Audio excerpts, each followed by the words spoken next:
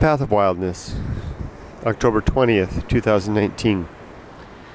Dear Eric, I have an opportunity to exercise what is perhaps my earliest principle, the Path of Wildness. It goes like this. The Path of Wildness is easy to find. The course of a stream, leaves blown in the wind, a beast's track through the brush, and the direction of our first inclination. In particular, I've been offered a chance of new work in a new city. I know this routine well. It means a new life, or rather, a new chapter in my one and only life. Yumiko, my wife, knows this routine also, as she's been my partner in all but one of the many chapters we've so far shared. But should we do it? Assuming the offer comes through. Should we give up our current safe and sane? A quite wonderful safe and sane, to be sure, for the doubt and challenge of what is largely unknown.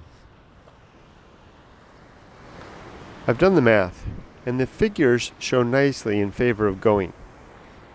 I learned that I must work until age 67 anyway, something about the way Social Security is set up. And so this is the same if we stay or go.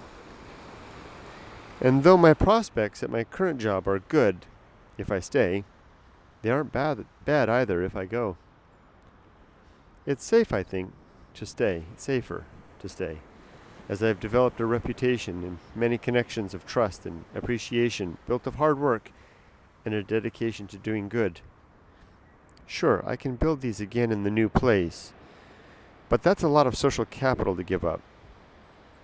But on the other hand, it may be wise to spread myself a little more around the public sector community of information technology, which is my field, should hard times come and I need or wish to leverage connections for a new situation.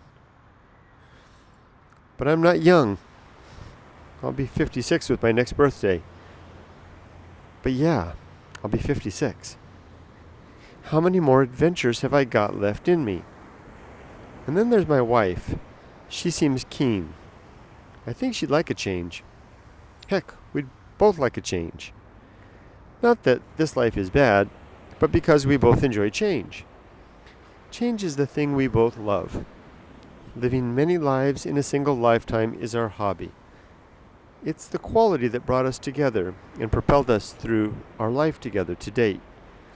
We both know we'll need to settle at last, but in the meantime, do we have another adventure yet to enjoy and partake? I suspect we do. This is the gut feeling, which I'll address shortly. What I've just done there, that paragraph above, is the first part of the Path of Wildness. It's the exercise of evaluation, of collecting and assessing the facts of the case and the options ahead. It's looking at what is real and making an honest case for and against, or towards one option or the other, to the right or the left, or whatever decision might be made, or not be made, for not deciding is also an option, though maybe a very dangerous option. Can you live with yourself later if you do not decide?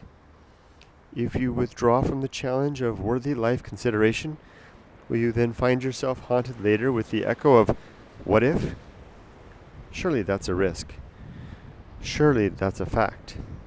It's that risk, the risk of avoiding risk, which we attempt to assuage through the bold treatment of options just ahead of the life we might or might not live. And so, I'll step boldly, perhaps with shaking legs, upon the path of wildness, and make my choice.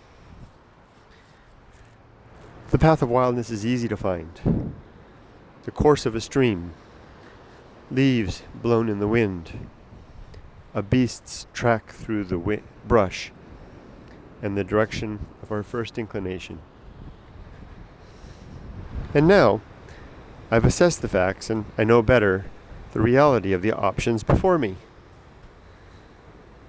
I'll be darned if the way isn't clear. Even if the way is clear, it still isn't clear. And there is doubt and suspect and worry and possible regret huddled nearby, whispering among themselves in the shadows of my fear. Muzz, muzz, goes the gossipy voices. Muzz, muzz, they seem to say, while shooting me convicting looks and glances of forecast blame and accusation. Speak up, I shout at them, which only makes the skeleton-thin figures retreat further into the dark.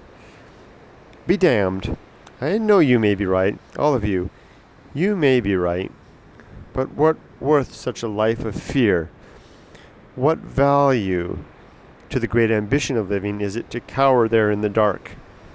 Sure, there is protection should the great sky open with a cloudburst we know must come. Yes, the skies are dark, and there's an echo of distant thunder. But I'm not with you in this fear of yours, as I don't fear the rain or the storm or the lightning blast and strike which might surely kill. For death too comes in the gathering dark, and it will find us all despite our seeming shelter. If we stand open to the sky or huddled in the cave, death will find us all. And you can tell one another your stories of forever and make the darkness in the dark and the dank enclosure better for your feigned belief. But I don't believe you, for you have no better reason to believe than belief itself, which is simply wishful thinking. And so, I'll leave you now, you huddled mess of my mind.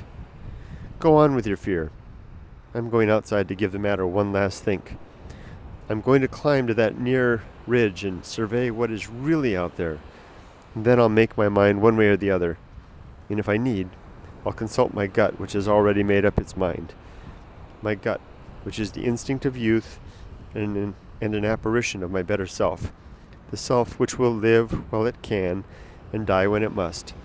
Such better counsel than the night. The light is always such better counsel than the night. And so I'll walk out and up and look and consult and then decide. And then I'll move boldly forward onto whatever way my consulted and resolved self decides, and accept whatever end I then find.